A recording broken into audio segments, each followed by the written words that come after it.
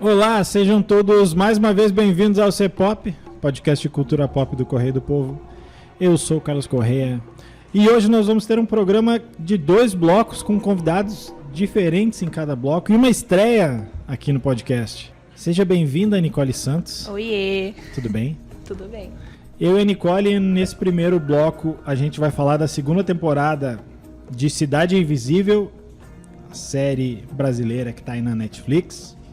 E aí no segundo bloco chegam aqui o Márcio Gomes e a Maureen Xavier pra gente falar do Urso do Pau Branco, o filme em que o urso cheira cocaína e fica bem doidão. Então, Matheus, sem mais delongas, sobe a trilha e vamos lá falar do folclore brasileiro e de Alessandra Negrini.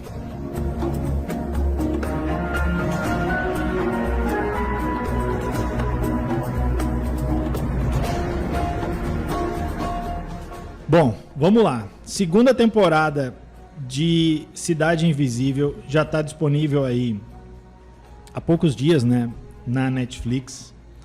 É uma série brasileira que trata do folclore brasileiro, que não é tão comum assim. A gente já fez um programa do C-Pop sobre essa série. Então, só buscar aí no nosso arquivo. Eu vou dar spoiler, obviamente, da primeira temporada, né, para quem não viu, mas quando a gente for dar spoilers dessa segunda temporada aqui, aí eu aviso antes. O nosso episódio do Cidade Invisível foi o episódio 70, lá em fevereiro de 2021, para facilitar aí quem quiser buscar. Bom, no final da primeira temporada, o personagem principal, vivido pelo Marco Pigossi, ele ficou uma dúvida não, né? Se ele tinha morrido ou não, mas ele se sacrifica em prol de acabar com uma das entidades ali no Rio de Janeiro, né? Não tem lá muita explicação de como é que ele vai parar na Amazônia. Mas enfim, a história começa agora na Amazônia, no Pará, né?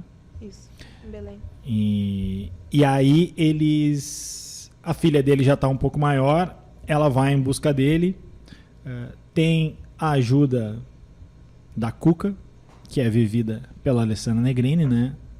Uma entidade interpretando uma entidade. E, enfim, e aí a história se desenvolve a partir disso. Sem spoilers, Nicole. O que tu achou da série aí?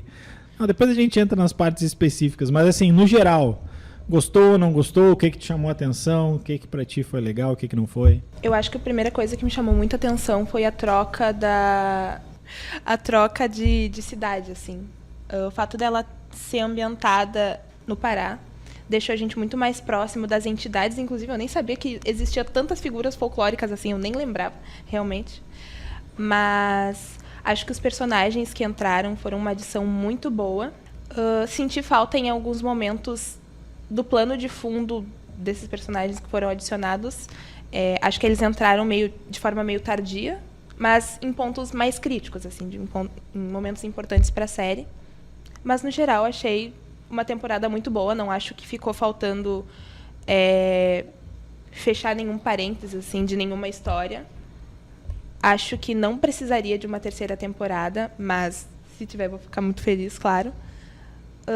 E também acho, inclusive, que ela poderia ser assistida de forma independente, porque acho que sem ver a primeira temporada tu perderia alguns detalhes, mas tu ainda assim conseguiria compreender o que está se passando ali, nessa segunda temporada. Concordo contigo, acho que um resuminho ali já serve para tu cair na segunda temporada. Acho que vale ver a primeira de qualquer forma, porque que é tão legal quanto. Na verdade, acho que eu gostei mais dessa segunda, mas assim,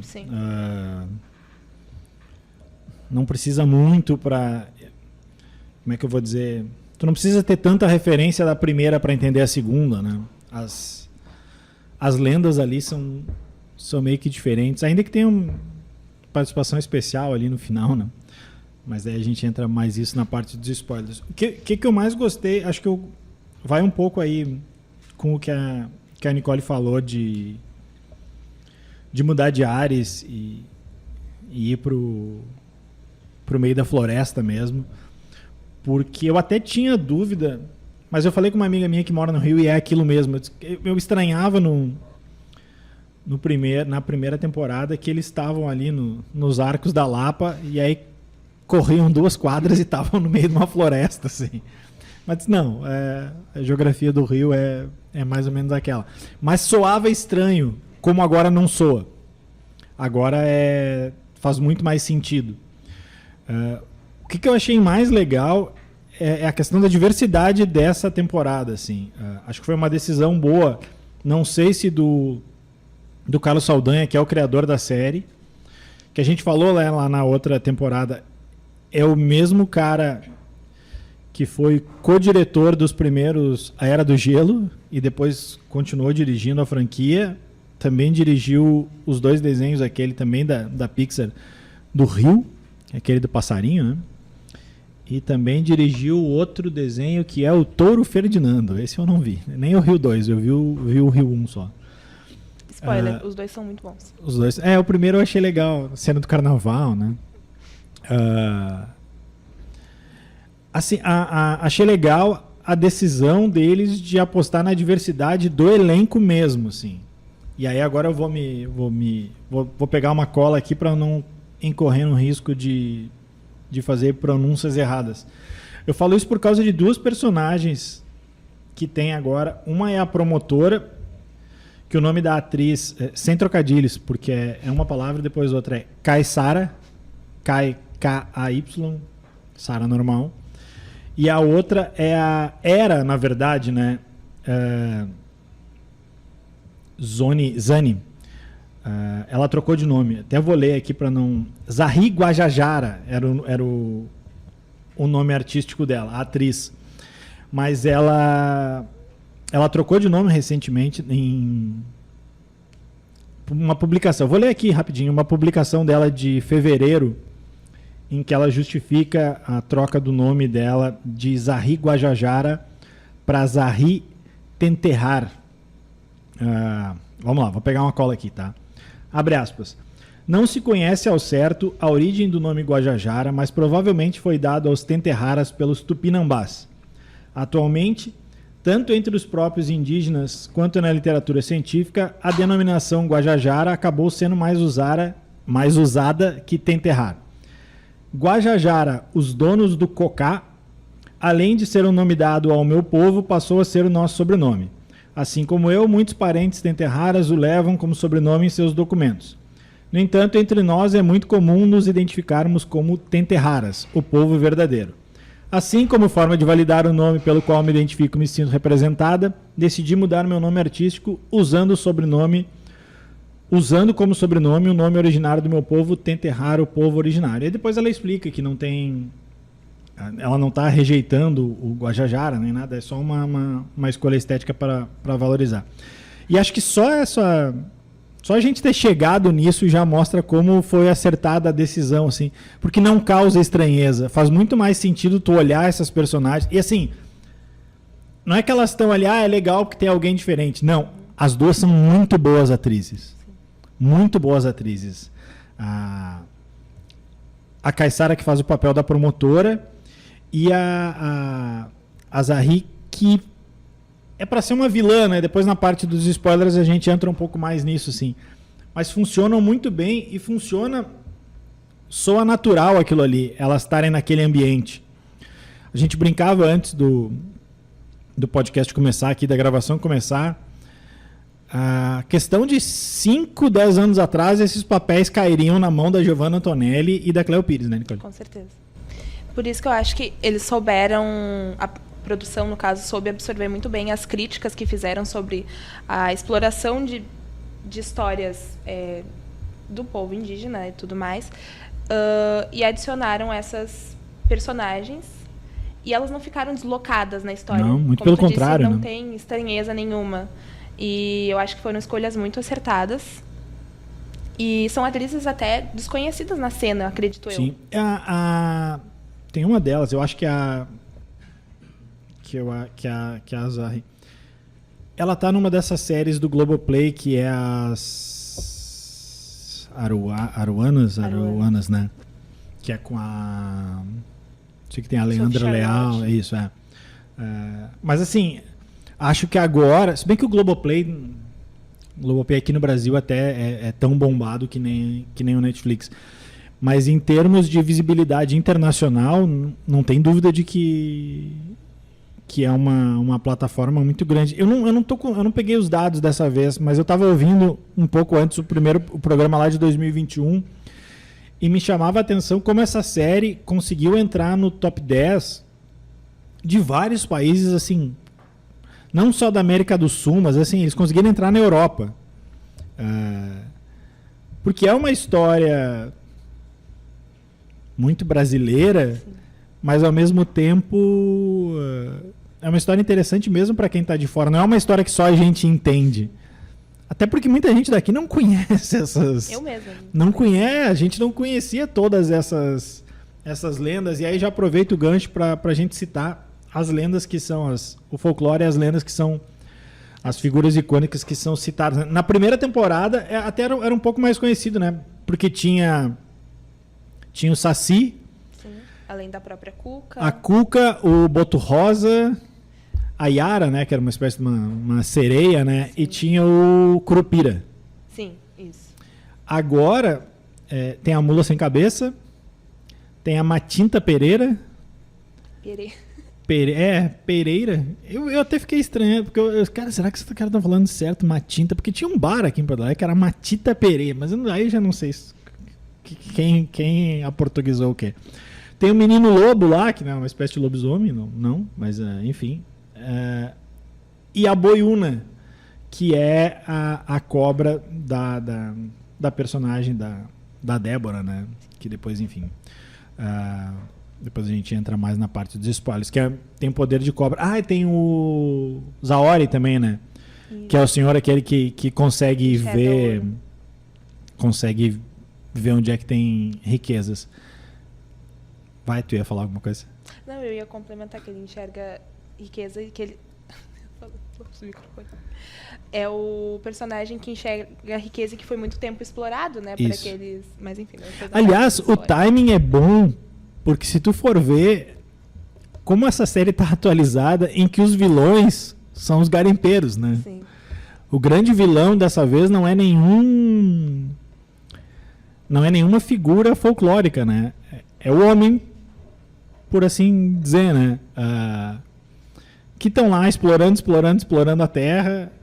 Mostra que é uma família de garimpeiros que desde sempre explorava a terra, gananciosos, e destruía as comunidades indígenas. Tem uma parte ali logo no começo, acho que no primeiro ou no segundo episódio, né, que tem um policial que fala, acho que é um jagunço, né, que fala para a promotora, porque você é uma índia, você é os índios, e elas... O termo correto é indígena. É a cena que eles estão no hospital, né? Isso, então já deixa bem claro. Para não dizer, eu gostei muito das atuações em geral, assim. Acho que até o Menino Lobo, acho que é bem. Acho que os vilões estão bem. Tem duas ali que eu acho que destoam um pouco só. A menina, mas aí, cara, acho que não dá pra exigir de criança, nunca Luna, dá pra exigir muito. Como caricata, né? Talvez a personagem, isso. Sim. E o papel da Letícia Spiller, que é a Matinta Pereira, que não me pareceu tão natural quanto... É que pode ser porque eu sou muito fã-clube da Alessandra Negrini, e quando a Alessandra Negrini tá ali, né, é clubismo, exatamente. Mas não sei, me pareceu um pouco forçado, assim, nada que atrapalhe a história. Mas não me pareceu tão natural assim. Mas, no geral, o elenco é muito bom, né? Sim. O elenco, as atuações, eu acho que nenhuma deixou a desejar. Acho que todas estão construídas, assim, no mesmo nível. Só a Luna mesmo que ficou... Mas eu também eu concordo. Mas é criança, sim. Né? Criança é sacanagem a gente exigir mais. Eu acho bem legal que a série trouxe esse contraponto de... Até as entidades podem ser... ruins, vamos dizer assim. Sim. Trouxe esse contraponto entre o bem e o mal tá em todo mundo, na natureza, nas pessoas. Tem uma fala, inclusive, sobre isso, né? Que a menina acho que relembra nos sonhos da mãe, né? Ah, isso é bom ou mal? Mas não, o bem e o mal tá em tudo. Sim. A questão É inerente de tudo que é vivo, assim. Isso. Outra coisa legal, tem muita fala na linguagem originária, né? Sim. Que eles botaram a legenda ali. Eles abriram muito espaço para a cultura indígena mesmo, né? Não parece que tá forçado. Acho que tem gente que vai dizer que a série tá tentando lacrar, que tá militando. Foda-se, né? Funciona, a mensagem é legal. E acho que a partir disso a gente pode ir pros spoilers, né? Tá louca pra falar de alguma coisa. Então, Matheus, sobe a trilha do spoiler e vamos lá.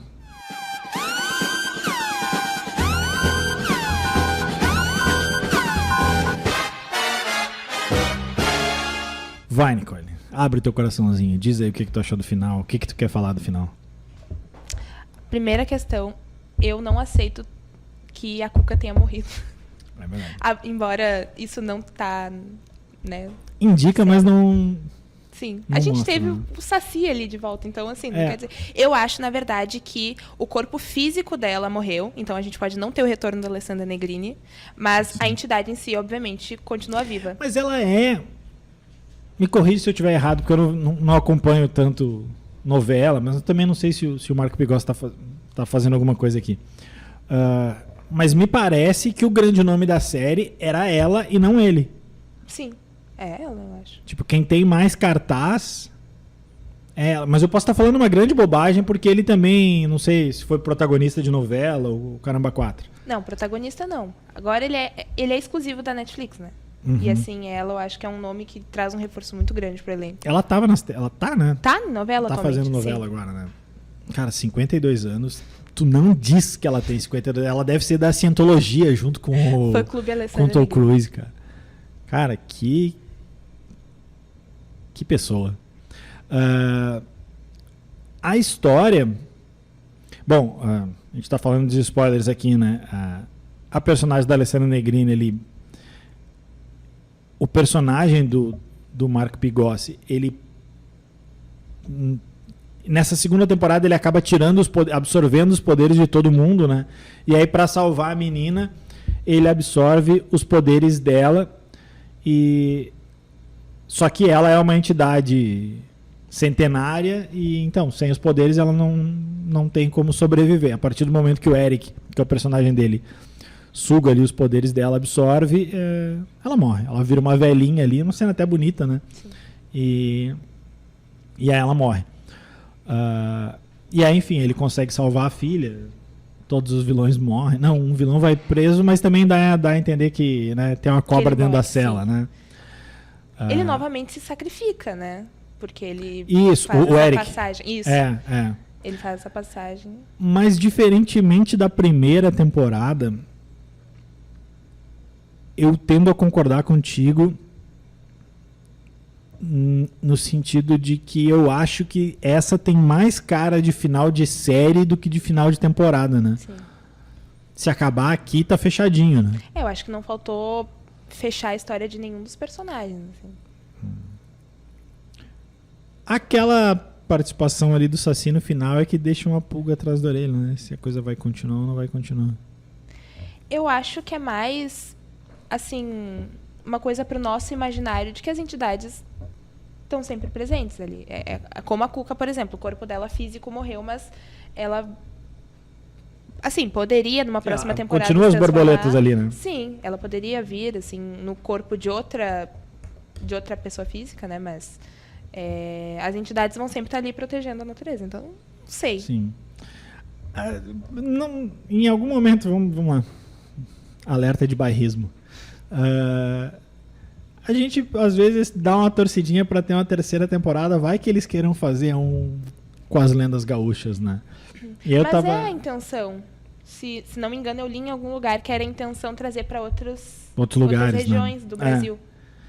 Porque tem bastante coisa, né? Tem Negrinho Pastoreio, Salamanca do Jaral, Cepete Araju, enfim, tem material, não falta.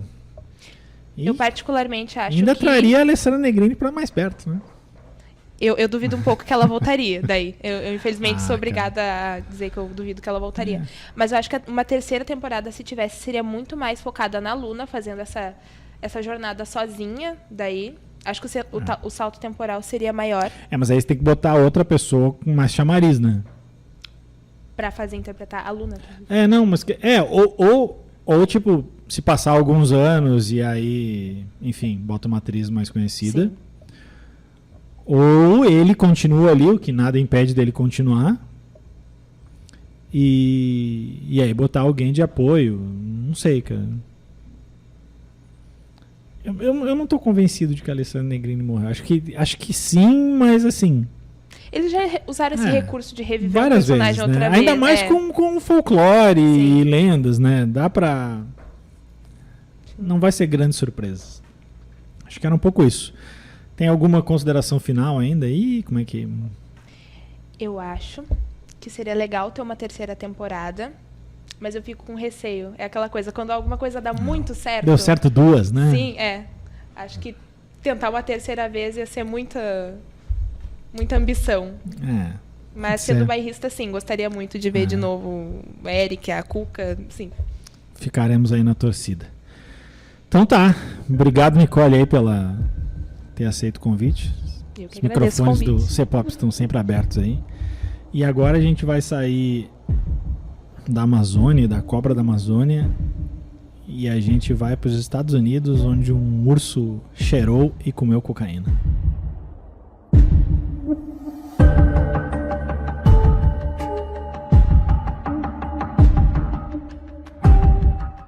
Bom, vamos lá então agora para o nosso segundo bloco. Antes de mais nada, vamos dar aqui as boas-vindas a quem chega nesse momento. Márcio Gomes, e aí Márcio, tudo bem? Oi, tudo bom, Carlos? Tudo. Maureen Xavier, como é que você tá? Tudo bem? Olá, tudo certo. Se a gente fungar em algum momento nesse bloco, é possibilidade de gripe, tá? Só para deixar bem claro. Ninguém se empolgou com o filme. Isso porque a gente vai falar agora de O Urso do Pó Branco. O filme que tá chegando aí nos cinemas essa semana. Do inglês Cocaine Bear, né? Cocaine Bear. Cocaine Bear. Não sei se o pessoal aqui ficou com medo da tradução, né? É bom nome pra banda, né? Cocaine Bear. Cocaine Bear é um bom nome de banda de metal, né? Banda de metal em Porto Alegre atualmente não tá fazendo tanto sucesso, né? Mas tem algumas que estão pra vir e não vieram, né? Quer dizer, estavam pra vir e não vieram. Mas enfim, vamos lá. É um filme... A sinopse meio que se autoexplicativa. Os traficantes estão passando em cima de uma floresta nos Estados Unidos e eles jogam a cocaína para ser recolhida embaixo. Só que antes disso, um urso vai lá, destrói o material, cheira e come a cocaína. E aí o urso fica loucão. É o filme de estreia na direção da Elizabeth Banks, que é uma atriz... Não é o filme de estreia? Acho que ela fez as Charlie Angels, aquelas, como é que era? As Panteras? As Panteras era Isso, dela? era dela. Posso estar falando então, exatamente. Ela já tinha feito... Não, ela já tinha feito Escolha Perfeita 2 para maiores. Esqueçam a bobagem que eu falei. Ela é uma atriz bem conhecida, mais até do que diretora, ela é uma atriz bem conhecida. Acho que o público em geral conhece ela como uma das personagens da série, da franquia, né, dos Jogos Vorazes. Ela faz a Effie Trinket. Mas ela também é figura frequente aí naquelas comédias de toda a turma lá do Seth Rogen. Ela tá no Virgem de 40 Anos, Pagando Bem Que Mal Tem. Enfim, é uma figura bem conhecida aí. Bom, como eu estava falando, o filme é autoexplicativo. O elenco, para um filme desses, né, que tende a ser uma comédia acima de tudo, chama atenção porque tem bastante gente conhecida, né? Tem a Kerry Russell, que acho que das protagonistas é a mais conhecida, né? Não sei se a galera ainda lembra ela pela Felicity, né?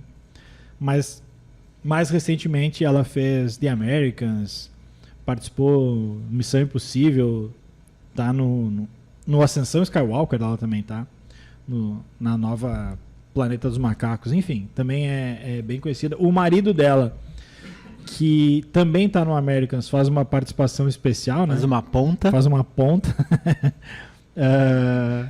Quem mais tá no filme? O Ray Liotta, né? É o último filme do Ray Liotta. O Alden... essa pronúncia aqui, vamos lá. O Alden Ehrenreich, que também tá no filme. Ele era o jovem Han Solo, naquele filme que flopou lindamente. E para completar aqui das pessoas mais conhecidas assim, do grande público, tem o Christian Covey, que é um menininho lá das guampinhas do Sweet Tooth, série da Netflix, que inclusive está voltando agora em abril, se não me engano. Mas enfim, quero impressões gerais de vocês aí sobre o filme, e aí depois acho que a gente entra na parte de spoilers, se vocês querem discutir alguma coisa mais específica. Márcio, começamos por ti. Cocaine Bear é uma... Tu não falou, né? Mas é baseado em uma história real. Baseado né? numa história real, o urso está empalhado lá, né? O urso está empalhado em um shopping, né? Ele foi apelidado de Pablo Escobar, né? E na história real, na verdade, o avião caiu, né? Não derrubaram o negócio, o avião caiu. Também foi em 1985, se eu não me engano, né? E o urso comeu daí as drogas e durou umas 4 horas ali até que ele morreu. O pobre do urso quase que explodiu por dentro, aquela quantidade de entorpecente que ele comeu. E os caras recolheram o urso, empalharam e botaram num shopping lá da cidade. E ele tá lá aberto para visitação e tal. Então essa é a história real do urso. Claro que daí, para um filme, né, a gente pirou na batatinha, né? Como se antigamente se fazia nos anos 80, filmes em que escapava poeiras radioativas e transformava as pessoas em zumbis, já que a gente tem a Maureen aqui, né? Agora os ursos cheiram cocaína e saem enlouquecidamente trucidando pessoas por aí. A premissa do filme é muito engraçada, né? E meio bizarra, assim. E o filme se apoia nisso, eu acho, ele é muito mais divertido do que parece. Ele é engraçado, embora ele tenha seus momentos de suspense, assim, e alguns momentos de gore. Até no começo do filme eu achei que faltava um pouco isso, faltava essa coisa de filme B, assim, que ele se propunha no título e na premissa. Mas a partir da metade do filme ele entrega esse sangue, essa coisa mais violenta, mais trash, assim, desse tipo de filme, assim. Então ele brinca com isso, né? Tem piadas ao redor de todo o filme, depois a gente pode falar mais detalhadamente em cada uma delas, assim. Ele não se propõe a dar lição de moral nenhuma, a não ser o fato de que você tem que confiar na sua família, né? Talvez isso fique um pouco perdido ali no meio drogas fazem mal. Que drogas fazem mal, mas daí talvez isso... Mas talvez não tanto. Mas talvez meio fica perdido na história ali, né? Porque, afinal de contas, é meio que uma ironia a questão da guerra às drogas norte-americana, que começou ali de forma mais forte nos anos 80, e daí foi se intensificando pós-governo Reagan, e isso mostra ali, o filme permeia a história com várias imagens de noticiário de tempo real, assim. Então faz essas colagens, assim, que dá aquela sensação de atualidade, e tem esse clima anos 80, né? O filme é todo calcado com essa visão de anos 80, as roupas, as músicas, a forma como as pessoas se relacionam ali, tem muita cara de anos 80, assim. Só as crianças que têm uma personalidade, eu acho mais anos 2000, assim, do que anos 80, assim, as piadas e tal. Mas assim, o filme pro que se propõe, ele é bem divertido, assim, ele é bem engraçado. Acho que no começo ele é um pouco mais arrastado, porque ele parte de uma premissa meio tubarão, assim, ele te apresenta aquele ataque ali para apresentar o bicho, daí depois o filme se acalma, daí tenta mostrar ali, apresenta os personagens, as relações, e daí tu quer ver o urso e o urso não aparece. Então, né, porque tu vai ver um filme do urso pó branco enlouquecido, tu quer ver o urso do pó branco enlouquecido, né? Tu não quer ver as pessoas se relacionando. E o urso demora para aparecer, fica aquela ansiedade, assim. Também tem muita coisa de Evil Dead, assim, aquele humor do Evil Dead, assim, os pedaços dos corpos, assim, tu rindo daquilo, né? Tu rindo daquele... daquelas eviscerações, assim, fica aquela coisa meio bizarra, assim. Mas no geral eu gostei do filme, assim, é bem engraçado, assim, eu acho que a maneira como ele termina também, acho que ele se fecha bem e tem algumas cenas muito icônicas que depois a gente pode comentar na parte dos spoilers, assim, que eu acho que elas acabam se sobressaindo pela história. Mas é assim, é um filme para comer vendo pipoca, né? Não pensar muito, não vai concorrer ao Oscar, né? Mas é um filme que tu vai ver várias vezes, provavelmente rindo com os amigos em casa. Inclusive, o Urso apareceu no último Oscar, né? Na cerimônia, na premiação de efeitos visuais. Tava lá um cara fantasiado de urso e ela tava explicando, se não existissem os efeitos especiais, o urso do filme teria que ser aquilo ali. Tem uma cena meio constrangedora depois do urso agarrando o pé de alguém que eu não lembro quem é. Quem devia estar no camarim se divertindo com o urso naquela festa. Exatamente. Maureen. Eu lembro que a Maureen riu bastante na sessão. Então eu já tô dando spoiler aqui, mas vai lá. Não, mas vamos lá. Antes de qualquer coisa, minha estreia em cabine. Pois é, depois de muito tempo participando. E não era um zumbi. E não era um zumbi, mas rapidamente eu vi o trailer, comentei com o Márcio e ainda disse, cara, é bizarro o trailer. E eu acho que essa é a melhor parte do filme. Ela compra uma ideia, ela dá uma ideia e vai com ela até o final, te arranca boas gargalhadas, pelo menos no meu caso. Eu gosto dessa coisa terror trash, terror B, porque eu acho que ela acaba trazendo outros elementos do que apenas te dar sustinho. Tem ali 1 ou 2 momentos. Mas fora isso, ela te tira um pouco da realidade. E sim, eu ri durante a sessão, mas eu vi outras pessoas rindo também. Então eu acho que ela funciona nessa parte, porque tem cenas que são impossíveis. É assim, e parte delas está no trailer, inclusive. Então, que ela te dá uma aproximação, assim. Eu achei muito legal porque eu achei que era... a sinopse por si só, ela é meio bizarra, assim. E tu não acha que vai ter alguma coisa que vai fazer segurar, o quê? 1h30? Ah, isso é uma outra coisa, gente. Que maravilha um filme de 1h30. Sabe? Te entrega tudo e tá tudo ótimo, assim. Mas tá, voltando à questão. Acho que essa parte, eles fizeram um trabalho sério com um assunto engraçado, assim. E eu acho que eles entregaram super bem. Assim, uma boa produção, um elenco bem interessante. As crianças, eu acho que as crianças do passado, elas já estão nascendo super inteligentes, assim, super estavelmente emocional, com uma estabilidade emocional muito elevada também, né? Porque você fica pensando assim, 2 crianças que fazem uma determinada coisa e elas sobrevivem. Mas tudo bem, a gente vai falar sobre isso depois. Mas, e até para, né, entender, eu achei muito... tem uma parte do filme, assim, que tipo assim, ela é simplesmente aperta no acelerador. Eles ligaram literalmente foda-se, né? ligaram foda-se. Assim, da matança, do sangue, mas também de te surpreender. O que eu acho que é uma coisa muito legal nesses filmes, assim. É tu realmente olhar e dizer...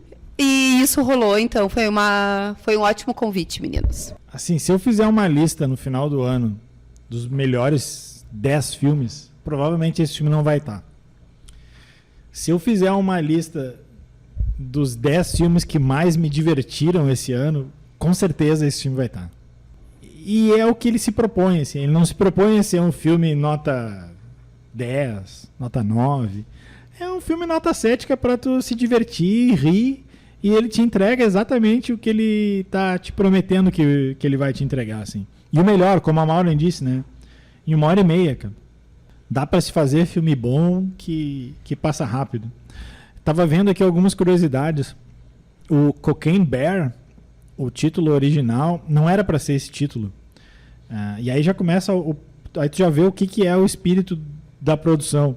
Ele era um título provisório daqueles que tu faz para meio que despistar o que tu tá fazendo, o caramba 4. Só que aí chegou perto do filme e os produtores disseram assim, a gente não conseguiu pensar em nada melhor. Então ficou esse nome mesmo, assim. Me surpreende, assim, como o elenco tá lá, como tem gente conhecida e respeitada lá, e ao mesmo tempo essa galera, pro tipo de interpretação do filme, eles levam a sério, assim, cara. Ninguém tá atuando no... tipo, mal, pra ganhar assim. o Oscar. Não, mas ao mesmo tempo, sim, ninguém tá se esmerando na atuação, mas também ninguém tá avacalhando o filme, assim, tipo assim, isso aqui é uma grande zorra. Não. tá todo mundo se entregando ali pros personagens, sabe? Tu consegue acreditar na mãe vivida pela Kerry Russell ali, que tá preocupada com a filha, assim como tu realmente acredita naqueles ladrões meio babacas, nos traficantes que nada dá certo, nas crianças, cara. E assim, eu lembro que quando acabou o filme, eu tava comentando com vocês, agora no mês que vem, vai começar em Porto Alegre a programação do Fantaspoa. E, cara, esse é um filme que ele é um filme do Fantaspoa que não tá no Fantaspoa, assim, cara. Ele tem a mesma vibe, assim, de um terror que não é terror, uma comédia bizarra, sim, assim como o Tubarão, é um bicho que tá matando todo mundo, mas ao contrário do Tubarão, tu não tá torcendo pro urso morrer, tu quer mais que o urso continue fazendo as bizarrices que ele faz ali. E que não sei se a gente consegue, daqui a pouco a gente vai ter que ir para os spoilers para conseguir falar mais à vontade. Só por último, assim, antes da gente entrar no spoiler, como essa diversão é nonsense, né? E esse clima de nonsense ele é desde o começo, porque essa primeira cena do filme é um letreiro, e aí entra uma mensagem ali explicando a diferença dos ursos, porque o urso preto tu não pode se defender dele, tu tem que fugir. Eu não vou lembrar agora se é do urso preto ou pardo. O pardo tu não pode enfrentar. Tu tem que fugir. O preto tu para que ele não vai te atacar. E tem um outro que, enfim, tu tem que enfrentar ele, que é o jeito de encarar o bicho, assim. E tá, tu pensa assim, é um negócio sério, assim. E aí logo em seguida vem embaixo assim, fonte, Wikipedia. Tipo assim, ali eles já ligaram, foda-se, tá. Esse aqui é o clima do filme e vambora, cara. E acho que, enfim, acho que eles entregam tudo a partir disso. Mas vamos logo pros spoilers, que tá todo mundo aqui com vontade de falar de determinadas cenas. Então, Matheus, toca aí.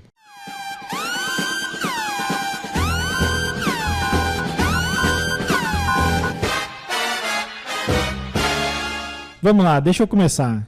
Cara, eu vou pegar aqui, o IMDb, ele tem alguns... um warning, não sei como é que eu vou chamar aqui, mas tem alguns avisos, assim, que eles medem o quanto esse filme tem cenas de sexo, de violência e tal. E eles têm graus aqui. Guia para os pais. Aí aqui eu vou ler as do IMDb, tá? Sexo e nudez, nenhum. Cenas assustadoras e intensas, moderado.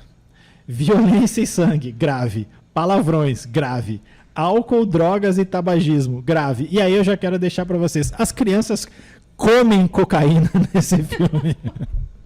As crianças comem cocaína. Tu fica pensando assim, eles não vão fazer essas crianças cheirar cocaína. Eles não vão ter essa coragem. As crianças comem cocaína no filme. Mas a forma como ele é mostrado, né, eu acho que é, tipo, uma coisa meio cômica, né? Tipo, depois eles... até o gurizinho tem uma hora que fala...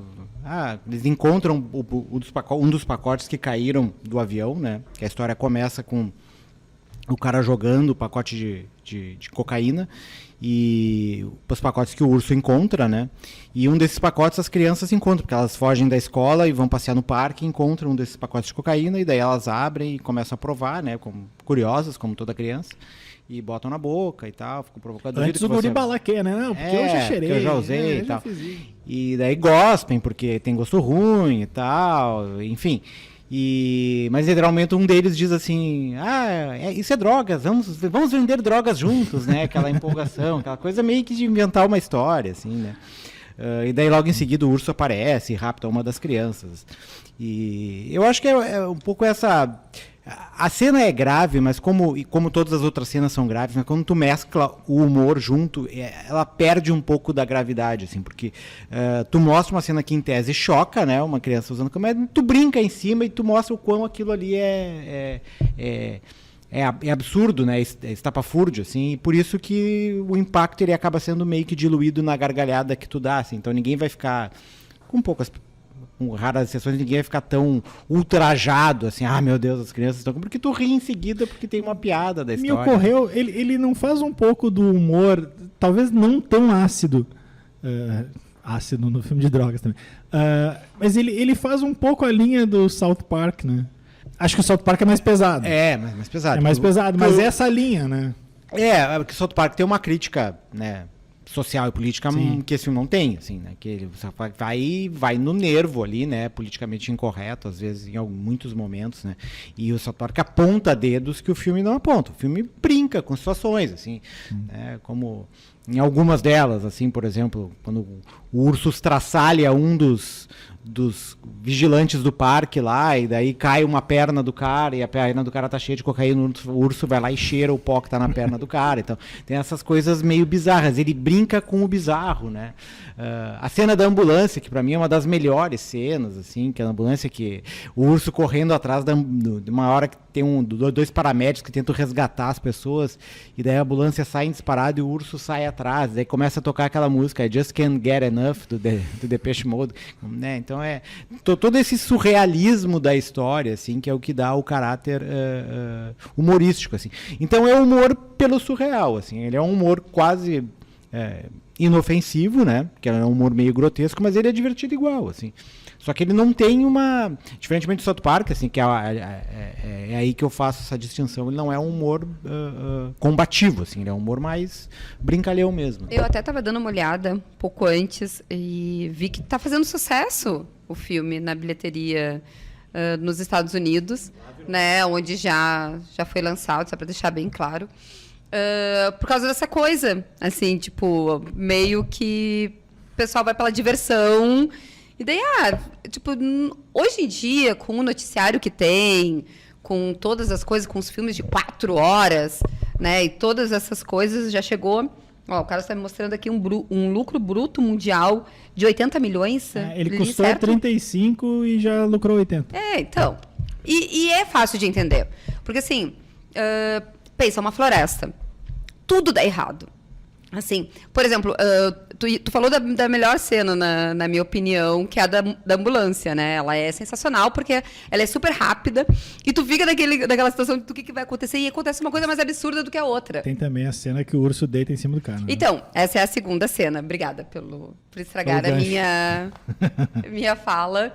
Mas sim, né? Tipo, o cara fica embaixo do urso e eles continuam conversando, eles continuam ali. Tipo, tem um policial, e daí tem o bandido, e daí eles ficam ali conversando para ver o que vão fazer para tirar o urso. Talvez ela durma, talvez ela esteja morta. Não, ela não está morta.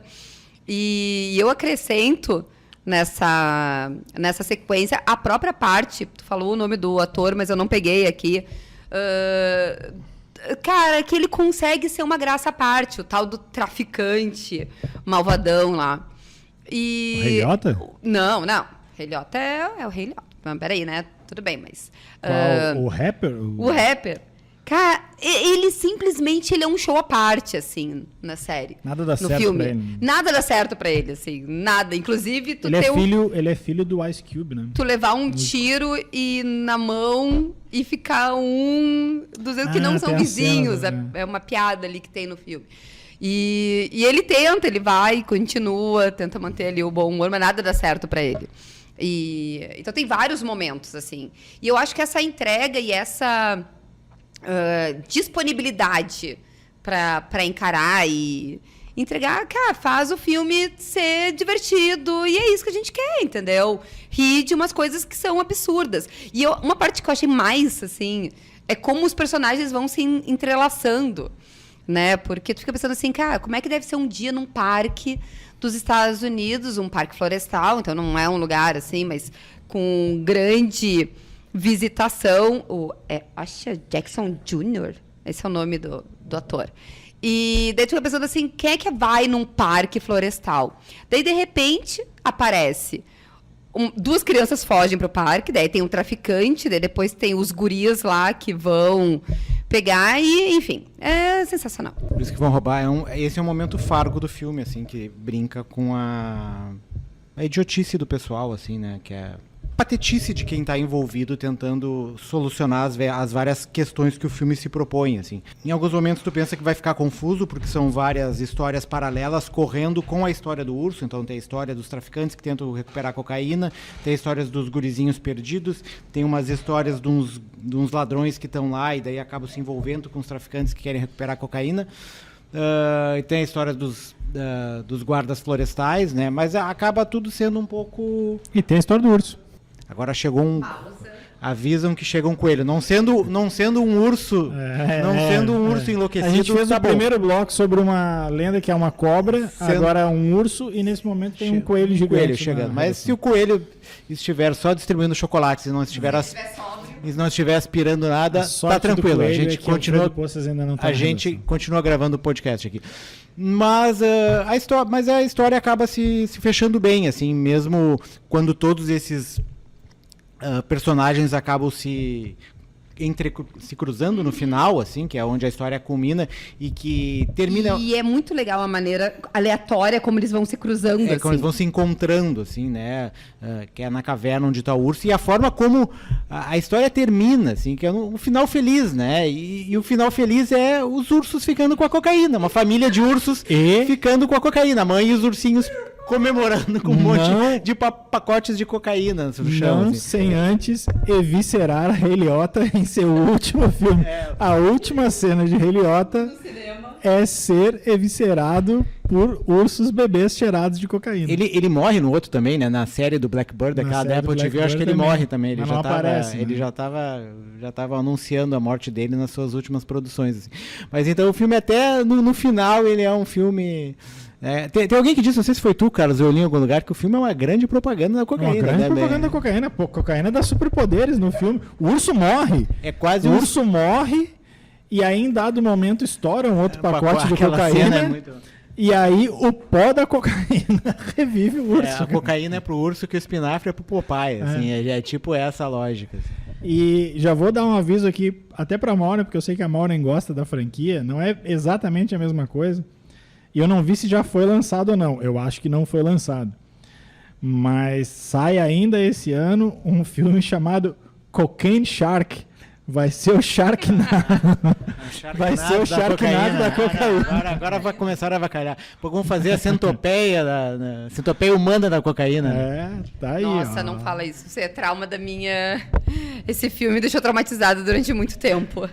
Depois de uma explosão, a cocaína chega no tubarão, que o tubarão sai matando todo mundo. Então eles conseguiram misturar tubarão com o urso da cocaína. Se eles não fizerem um contra o outro ainda, tá bom, né? Tubarão contra o urso da cocaína. Tá, mas assim, momento parte fofa. Os ursinhos são tão fofinhos. Tão fofinhos. Enfim. Assim como é fofinho a fala das crianças no final dizendo que eles têm que ir para reabilitação porque eles comeram uma vez cocaína, então eles são viciados para a vida inteira. Bom, antes que a gente fale de todas as cenas aqui, acho que a gente pode encerrar aqui, ou vocês têm alguma última consideração aí? Assista. Não é só isso, que o filme tem um grande potencial justamente por isso, por ser engraçado, ser curto, ser muito... É um filme pra te ver em companhia de amigos, assim, aquele filme... Eu acho que ele não vai bombar no cinema aqui, mas quando ele for pro streaming ele possível, vai bombar. É aquele filme... Tem vários filmes que falaram que é a salvação do cinema pós-pandemia, assim, mas esse filme tem muito cara de pós-pandemia, assim, porque é uma celebração, assim, né? Uma celebração da vida. Mesmo que envolva drogas, né? E drogas são ruins, crianças não usem drogas, mas pelo clima do filme, o clima meio de brincadeira, de diversão, assim, apesar de dar cenas de violência e tal. Isso é verdade. As cenas, elas não é um efeito que tu acha que é um urso de verdade, mas ao mesmo tempo tu não vê o boneco ali, o computador. Isso que o Marcos falou é interessante, porque eu sou muito chato eu ia dizer que eu sou muito chato em cinema, eu sou muito chato em geral. Mas no cinema, tipo, eu sou daqueles que gosta de ver o filme no silêncio, assim, não é uma barulheira. Mas esse filme, eu imagino a galera comemorando a cada morte do urso e acho que não teria problema nenhum em ver uma sessão assim, cara. Acho que esse é o espírito da coisa mesmo. Eu acho que isso é uma coisa interessante, porque, claro, como a gente assistiu na cabine, eram poucas pessoas, mas acho que é interessante fazer esse experimento de ver como que será assistir, porque realmente tem muitos momentos que tu vibra pelo urso. Pela ursa, no caso, né? Tem isso. Esse sim é a grande descoberta, né? Esse é o grande mistério do filme, inclusive, né? Não é um urso, é uma ursa. Então tá. De novo, crianças, não cheirem cocaína nem batam em ursos. E depois dessa dica, a gente vai para mais dicas. Vamos lá, dicas da semana. Acho que a Mauro já está pronta aqui, pelo que eu estou vendo. Então, vai, Mauro. Pois é, então.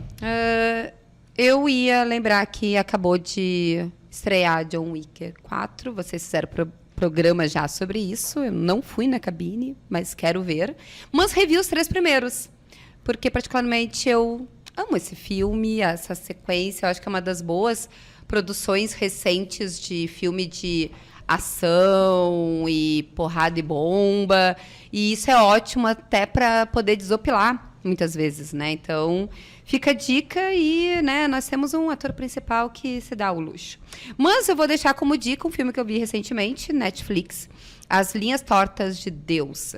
É bem interessante, pelo menos para quem gosta desse tipo de filme, que é aqueles thrillers psicológicos, assim, né? É uma mulher que vai para um hospício para tentar desvendar um crime, e daí fica aquela coisa de quem é realmente o crime. Me lembrou um pouco um filme chamado A Ilha do Medo, com Leonardo DiCaprio, meio antigo, que é muito bom, inclusive, e tem ali os psiquiatras, os psicólogos, e fica toda uma tensão, uma série de acontecimentos que você não sabe se é verdade ou se é mentira, quem é o vilão, quem não é.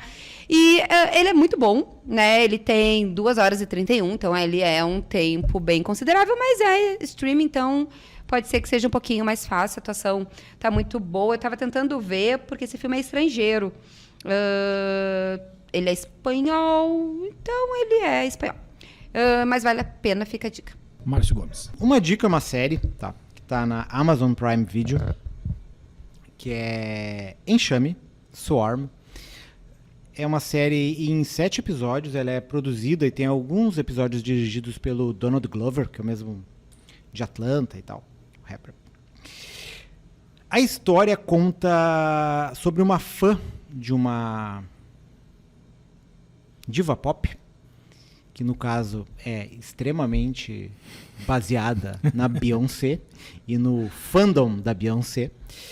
E o mote da história é que essa personagem, essa fã da Beyoncé, é tão apaixonada pela Beyoncé, tão apaixonada, tão fissurada na Beyoncé, que todo mundo que fala mal da Beyoncé, ela vai atrás e mata. Ela é uma serial killer de haters, exatamente isso. Camarão Nossa, me ajudou aqui, essa uma serial moda killer de pega. haters. Então, a história é muito legal, o mote da história é muito perspicaz, usa muito de redes sociais, questões de Twitter e tal. Ele se baseia claramente na Beyoncé, tem muitas coisas que acontecem na história que aconteceram com a Beyoncé. Então, ele faz referências a várias dessas coisas que aconteceram, embora a história em si não tenha acontecido, mas alguns elementos foram baseados em eventos reais, assim. Então, ela segue uma linha narrativa até o 5º episódio, e depois os 2 últimos, eles meio que se desvirtuam, assim, parece que são 2 histórias diferentes. Mas mesmo assim funciona. A Billie Eilish participa do 4º episódio, né, interpretando uma personagem, uma líder de uma seita lá. Não interpreta ela mesma, e tá bem até no papel, ela funciona até. Enfim, fica aí a dica, uma série muito boa, uma das melhores séries que eu vi até agora nesse ano, Enxame. E uma outra dica rápida, assim, que eu nem sabia se eu ia queimar essa dica agora ou ia deixar para semana que vem. Mas vamos lá, que é Fantasmas do Passado, o nome é Master, que também está na Amazon, eu tô meio que dando uma corrida na Amazon ali, que é um filme sobre 3 personagens, na verdade, o filme é calcado em 3 personagens negras que frequentam uma universidade predominantemente de classe alta nos Estados Unidos. Uma é a reitora, outra é uma professora e outra é uma estudante. E daí o filme começa a tratar dos problemas de racismo, de preconceitos que elas sofrem. O filme começa com algumas pequenas coisinhas, né, que tu vai notando, pequenos gestos, pequenas frases, e que tu nota alguma coisa errada e tal, e o filme vai escalando, e tu vê que toda a universidade se molda se alicerça em bases de preconceito e de racismo que se vão desde a sua fundação e tal, e por isso que se fala em fantasmas e tal. E não só, claro, a universidade é uma metáfora para toda a sociedade norte-americana, assim. O filme é muito bom, é meio na linha do Corra, assim, é de 2022, ele meio que passou batido por mim e assisti nesse final de semana, gostei bastante. O nome dele em inglês é Master, mas é Fantasmas do Passado em português. Eu ia dar uma dica num filme que eu vi esses dias, que é aquele A Queda, que também tá na Amazon. Eu vi esse fim de semana. A Amazon nos patrocina. Mas assim, eu acho legal. Né? Mais ou menos, né? Ele tem um suspense, assim, alguma hora lá. Esse a surpresa até. Comentei com o Chico hoje na cabine que esse filme basta tu dar o telefone pros teus pais, assim, que essas pessoas que vão fazer essas aventuras. Tipo aquele do James Franco também. Mas aí eu me lembrei que eu vou dar um outro tipo de dica, que é pro pessoal acompanhar já um pré-C-pop aí, em pelo menos de 2 das 3 que eu vou falar aqui. Porque tem 3 séries muito, muito, muito boas que acabam esse ano. 2 é certo e uma terceira, ao que tudo indica, também. E 2 já começaram as suas temporadas finais, uma ainda não. Tô falando de Succession, Marvelous Mrs. Maisel e, ao que tudo indica, também, para tristeza minha e da Maureen, quer dizer, eu não sei se é tristeza, porque eu acho bom acabar por cima, Ted Lasso também. Ted Lasso e Succession já começaram. Os episódios que estão disponíveis aí mostram porque eles são muito acima da média. E o Mrs. Maisel também começa aí agora na metade de abril. Então, assim, todas o que elas têm em comum é um texto muito, muito, muito acima da média, assim. Tu percebe que há um cuidado com o roteiro, tudo se encaixa. A impressão que se tem é que nenhuma fala é desperdiçada. Assim. Tanto eles que se encaixa tudo. Que dá medo de que eles façam uma cagada depois. Assim. Mas tipo a essas alturas do campeonato, sabe? Ted Lasso tá na 3ª, o Succession tá na 4ª, o Maisel agora não lembro se é 4ª ou 5ª também. Não erraram até agora, já pegaram a mão. O primeiro episódio da última temporada de Succession é maravilhoso. Muito bom. É maravilhoso, os diálogos são muito bons. Ela consegue ser um drama porrada, assim, de uma família que está se destruindo e, ao mesmo tempo, é uma comédia, assim, cara. Uma comédia de humor negro, mas... Enfim. Essas são as minhas 3 dicas. Corram para acompanhar, para conseguir acompanhar o final das 3. Que Succession HBO, Ted Lasso Apple TV e o Mrs. Maisel tá na Amazon. Certo? Depois de tudo isso, de muitos bichos na edição de hoje, a gente volta na semana que vem. A gente volta na semana que vem já com bichos de novo no Dungeons and Dragons. Já é semana que vem ou não? É na outra ainda, né? Então semana que vem ainda não, que a gente já viu, já gravou, mas ainda não liberamos. É o Air. Semana que vem. Não se encaixa no que eu vou falar. Então, a gente volta na semana que vem. Um abraço e tchau.